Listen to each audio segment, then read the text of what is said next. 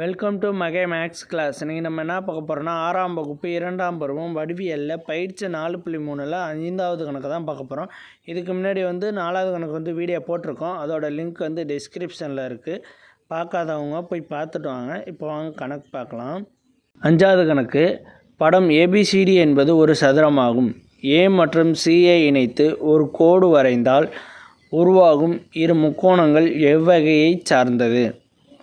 இதான் question. ABCD என்பது ஒரு சதுரமாகும். ஏக்கும் சிக்கும் இணைத்து ஒரு கோடு வரைஞ்சோம்னா அந்த ரெண்டு முக்கோணத்தையும் என்னான்னு பார்க்கணும். ஏபிசிடிங்கிறது ஒரு சதுரம். இந்த சதுரத்தில் ஏசி இணைந்து ஒரு கோடு வரையணும். இப்படி ஏசியும் இணைத்தோம்னா ரெண்டுத்தையும் இணைத்தோம்னா இணைத்து ஒரு கோடு வரைஞ்சோம்னா ரெண்டு முக்கோணம் கிடைக்கும். அது என்ன முக்கோணம்னு தான் கேட்குறாங்க கொஸ்டினில். பாருங்கள், ஏயிலிருந்து சிக்கு ஒரு கோடு போட்டோம்னா ரெண்டு முக்கோணம் கிடைக்கிது. அது என்ன முக்கோணம்னு கேட்குறாங்க. ஓகேவா?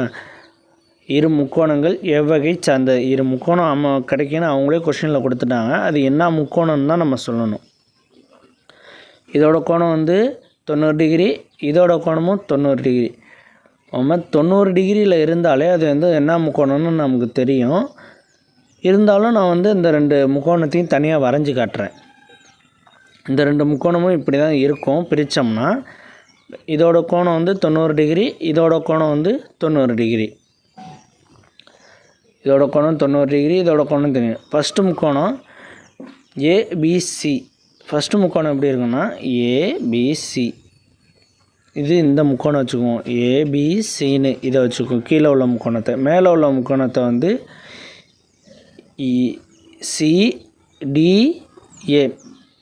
சிடிஏன்னு வச்சுக்கிறோம். இந்த ஒரு முக்கோணத்தை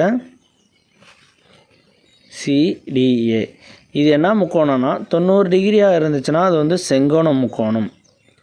இது எல்லாமே 90 டிகிரியில் இருக்கனால இது ரெண்டு முக்கோணமும் செங்கோண முக்கோணம்.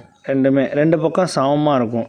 இந்த பக்கட்டும் சமமாக இருக்கனால இரண்டு முக்கோணங்களும் இரு சமபக்க செங்கோண முக்கோணம். இதுதான் அது இரு சமபக்க செங்கோணம் முக்கோணம். அதை எடுத்து நம்ம எழுதிடுவோம்.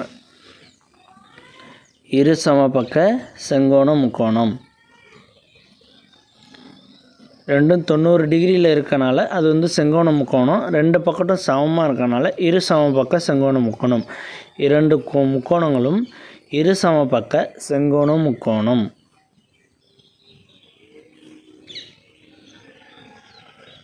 இரு சமபக்க செங்கோண முக்கோணம். இப்படி எடுத்து எழுதிடணும். படம் உங்களுக்கு வேணும்னா போட்டுக்கோங்க, புரிஞ்சால் வேண்டாம். படம் ரெண்டு முக்கோணம் இருக்கனால இது இரு சமபக்க செங்கோண முக்கோணம். அவ்வளோதான் இந்த கணக்கு. நெக்ஸ்ட் வீடியோவில் பார்க்கலாம். இந்த வீடியோ பிடிச்சிருந்தால் லைக் பண்ணுங்கள், கமெண்ட் பண்ணுங்கள், ஷேர் பண்ணுங்கள், சப்ஸ்கிரைப் பண்ணுங்கள். அந்த பெல் பட்டன்